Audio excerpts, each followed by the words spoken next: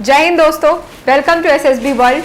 अगर आपको कोई भी वर्ड देख के सेंटेंस बनाने में आती है प्रॉब्लम, या आपको लगता है कि आप किसी भी नेगेटिव वर्ड को टैकल करने में कैपेबल नहीं हो, तो this is the platform to entertain and go for. आपको ये चैनल जरूर सब्सक्राइब करना चाहिए, देखना चाहिए और पता करना चाहिए कि किस तरीके से आप अपने एसएसबी को आसानी से, ज़्यादा बिना किसी एफर्ट के पास कर सकते हो। क्योंकि दोस्तों ये बात आपको हमेशा ध्यान में रखना है कि SSB is a test of personality, और पर्सनालिटी आपकी एक दिन में नहीं बल्कि कई सालों में, कई टाइम में, काफ़ी टाइम में बिल्ट होती है।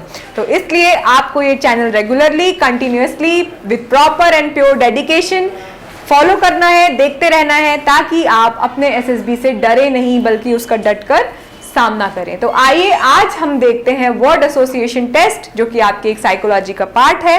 तो आज हम जानते हैं कि कुछ कैसे नए वर्ड्स को हमें हैंडल करना है और अपनी साइकोलॉजी पास करनी है। तो आइए देखते हैं हमारा पहला वर्ड, विच इज आस्क। दोस्तों आस्क बहुत ही नेगेटिव नहीं है, ना ही बहुत ही पॉजिटिव है। It's a neutral word basically, और इसके रिलेटेड आपको क्वेश्चन इसलिए आते हैं क्योंकि आप क्या सोचते हो इस चीज़ के बारे में। ये आपका कॉन्फिडेंस, आपका जो सेल्फ कॉन्फिडेंस है, आपका इनर जो रीजनिंग एबिलिटी है, वो सारी चीज़ें टेस्ट करने के लिए आपको ऐसे वर्ड्स दिए जाते हैं। तो आपको इस वर्ड से कैसी सेंटेंस बनाना है, इसका मैं आपको एक एग्जाम्पल दूंगी। आप इस एग्जाम्पल से एक आइडिया ले सकते हैं और उसे फॉलो कर सकते हैं। तो India forces always help UNO whenever asked for. This gives the OLQ of reasoning ability. अच्छा दोस्तों, ये रीजनिंग एबिलिटी के साथ साथ आपकी जनरल अवेयरनेस को भी दिखाता है, क्योंकि हमने यहाँ पे बात की है यूएनओ, यूनाइटेड नेशन ऑर्गेनाइजेशन की, और हमने इस तरह से ये भी बताना चाहा है कि हम कितने अपडेटेड हैं, हमें पता है what is United Nations organization and how do they use Indian arm forces to help for, to take help. तो इसलिए ये बहुत ही अच्छा एग्जाम्पल है आस्क वर्ड का यूज करने का। इसमें आपने अपना नॉलेज भी बता दिया, इसमें आपने अपनी रीजनिंग एबिलिटी भी बता दी, इसमें आपने अपना वर्ड का यूज भी कर लिया, आर्म फोर्सेस की भी बातें कर ली। तो इट्स अ 100% सिचुएशन जिसमें आप सारी अपनी क्वालिटीज को मैक्सिमम पुट कर रहे हो। Let's come to the next word, which is approach. Approach is a positive word. इससे आपका कोऑर्डिनेशन देखना चाहते हैं वो, कि आपको कोऑर्डिनेट करने में या कोऑर्डिनेशन लेने में या अपने प्लान को एग्जीक्यूट कराने में कहीं कोई दिक्कत तो नहीं आती। तो approach, positive approach always give positive results. कितना ऑप्टिमिस्टिक, कितना पॉजिटिव स्टेटमेंट है, क्योंकि ये वर्ड ही पॉजिटिव है तो आपने स्टेटमेंट भी बहुत पॉजिटिव बनाया। इससे आपकी इफेक्टिव इंटेलिजेंस जैसी OLQ पता चलती है। आइए जानते हैं नेक्स्ट वर्ड के लिए, आर्किटेक्ट। आर्किटेक्ट दोस्तों आपकी क्रिएटिविटी से रिलेटेड एक वर्ड है। आप इसको एज अ प्रोफेशन भी चूज कर सकते हो इस वर्ड को, बट ये वर्ड बहुत ही वैसा वर्ड है जिसमें आपको देख के काफ़ी सोचना पड़ता है कि आर्किटेक्ट से हम क्या लिखें।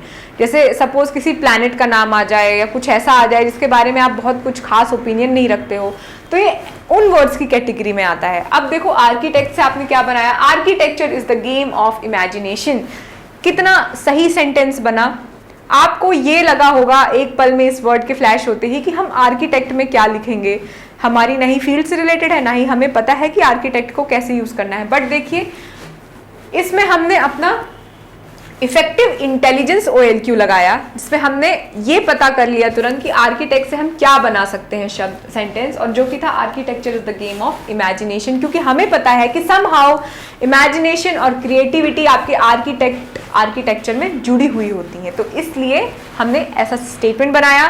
तो दोस्तों आपको समझ में आ रहा होगा कि क्या है ऐसे सेंटेंसेस को, ऐसे वर्ड्स को हैंडल करने की। जब भी आपको लगे कि आपको कोई ऐसा वर्ड मिल गया है जिसमें आपको ये समझ में आए कि हम इसमें क्या कर सकते हैं, हम तो इसमें कुछ नहीं कर सकते, उस जगह पे आप उस चीज़ की कोई डिफरेंट लीड ढूंढिए जो कि उससे बहुत ज़्यादा कनेक्टेड है, और फिर उसे सेंटेंस में यूज करिए। Okay, beauty. Beauty is a positive word जिसमें ये लिखा है nature is bestowed with beauty.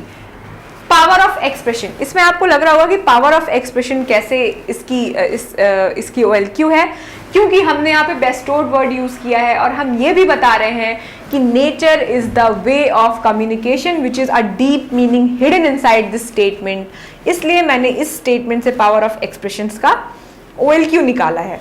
Let's come to the next word, which is bride. Actually this is not bride, this is bribe, and bribe, taking and giving bribe is moral crime. So दोस्तों bribe जो होता है is a negative word, is a ill practice which is prohibited by government. तो इसलिए आपने इस चीज को अवेयरनेस के साथ साथ आपने अपनी एक रिस्पॉन्सिबिलिटी भी दिखाई है, इसीलिए मैंने यहाँ पे लिखा है sense of responsibility that shows कि you are not in support of giving and taking bribes and this is your opinion, this is your value. तो इस चीज में आपने ये यूज किया है कि taking and giving bribe is moral crime. इससे एक और चीज पता चलती है दोस्तों कि आपको पता है what is crime and what is not. मतलब आपको ये पता है कि क्या सही है और क्या गलत है, और इस तरह से आपके बेस्ट ओपिनियन और वैल्यू सामने आते हैं. Let's come to the next word which is books. Power house of knowledge. दोस्तों इससे ये पता चलता है कि you have somewhere determination and courage to work upon your knowledge. You prefer your knowledge building process, और इसलिए यहाँ पे OLQ है सोशल अडॉप्टेबिलिटी की. सोशल अडॉप्टेबिलिटी मतलब आपको ये पता है कि किस तरह से अडॉप्टेबल सिचुएशन में नॉलेज को यूज करना है. Let's come to the next word which is capable. Capable, continuous efforts increases capability. This is a cooperation. तो कॉपरेशन की OLQ कैसे सामने आई? देखो आपको ये पता है कि कंटिन्यूस एफर्ट इंक्रीजेस अ कैपेबिलिटी, मतलब कहीं ना कहीं आपको ये पता है कि कंटिन्यूस एफर्ट अगर होगा तो आपकी कैपेबिलिटी बढ़ेगी. और since this is a task related statement, किसी काम से रिलेटेड स्टेटमेंट है, group and team related statement, इसलिए यहाँ पे कॉपरेशन जैसी OLQ भी सामने आ सकती है. Let's come to the next word which is duty. Duty and responsibility goes hand in hand. ये आपका सेंस ऑफ रिस्पॉन्सिबिलिटी जैसा OLQ बताता है. वर्ड ही ऐसा है दोस्तों कि जिससे आपकी रिस्पॉन्सिबिलिटी की तरफ क्या ओपिनियन है ये पता कर सके, आपकी ड्यूटी की तरफ क्या ओपिनियन है, और आपको ऐसे सेंटेंसेस बना के इसे बहुत अच्छे से प्रॉपर फुलफिल करना है. Let's come to the next word which is differ. India is a home of different yet unified cultures. ये आपकी एक इंटेलेक्चुअल बिहेवियर को बताता है. ये बताता है कि you are very much aware about your country, your culture, and how does your country is a unity in diversity. तो इसका कितना अच्छा यूज है कि India is a home of different yet unified cultures. इससे आपकी रीजनिंग एबिलिटी जैसी OLQ सामने आती है. Let's come to the next word which is excuse. Excuse is a negative word. Let's see what sentence we can make it out of it. Strong people never give lame excuses. तो आपने negative sentence को positive में कैसे बदला? उस negativity को ना करने की बात करके आपने इसको पॉजिटिव में कन्वर्ट कर दिया. इससे आपकी ऑर्गेनाइजिंग एबिलिटी भी समझ में आती है, क्योंकि दोस्तों एक्सक्यूज से कहीं ना कहीं आपका ऑर्गेनाइजेशन इफेक्ट होता है. और आपने ये बोल के कि हमें एक्सक्यूज नहीं देना चाहिए, ये बताया कि somehow you prefer not giving excuse, that's make you a well organised person. Let's come to the next word.